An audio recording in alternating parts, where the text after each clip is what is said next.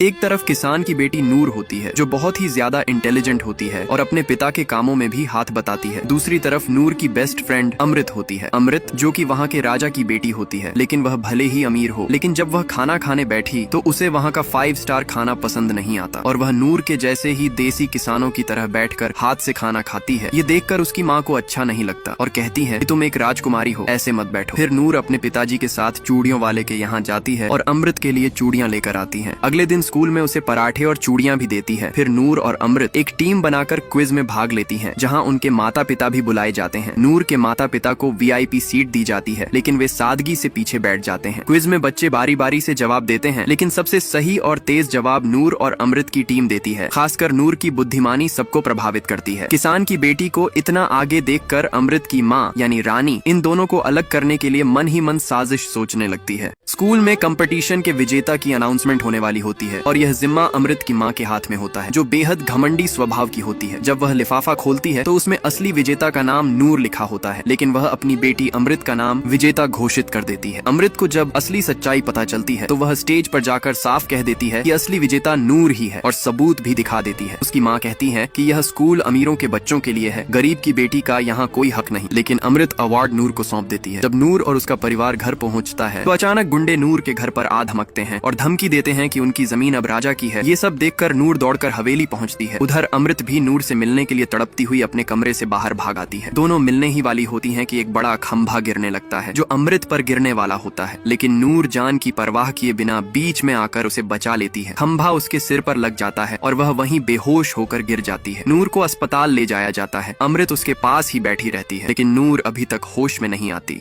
नूर को जैसे ही अस्पताल में होश आता है, उसके सामने उसकी बेस्ट फ्रेंड अमृत खड़ी होती है। नूर के माँ बाप खुशी से रो पड़ते हैं, लेकिन नूर कुछ भी बोल नहीं रही होती। डॉक्टर उन्हें समझाता है कि घबराने की जरूरत नहीं, कुछ हफ्तों में सब ठीक हो जाएगा। 2 हफ्ते तक माँ बाप उसे कार्टून और कहानियों से हंसाने की कोशिश करते रहे, लेकिन नूर चुप ही रहती। फिर डॉक्टर कहता है कि अब उसे घर ले जा सकते हो। वहीं पर वह धीरे धीरे बोलना शुरू कर देगी। माता पिता भगवान के भरोसे उसे लेकर सड़क पर टैक्सी का इंतजार करने लगते हैं, लेकिन कोई टैक्सी नहीं रुकती। तभी लंदन से आया एक अमीर परिवार अपनी गाड़ियों में गुजरता है। उनका छोटा बेटा नूर और उसके परिवार को देख रुक जाता है और उन्हें अपनी गाड़ी में बैठा लेता है। वह नूर से नाम पूछता है, लेकिन नूर चुप रहती। तभी वह बच्चा भगवान का एक मंत्र बोलता है और अचानक नूर जो अब तक बोल नहीं रही थी उसी मंत्र को दोहराने लगती है। यह देख उसके माँ बाप खुशी से भर जाते हैं और बच्चे को धन्यवाद देते हैं। फिर वह बच्चा नूर से कहता है कि वह उसका बेस्ट फ्रेंड बनना चाहता है और नूर उसे गुलाब देकर हामी भर देती है। लेकिन किस्मत का खेल देखो, जब वही बच्चा अमृत के घर पहुँचता है तो अमृत के पिता उसे अपनी बेटी के लिए पसंद करते हैं। Comment for next part.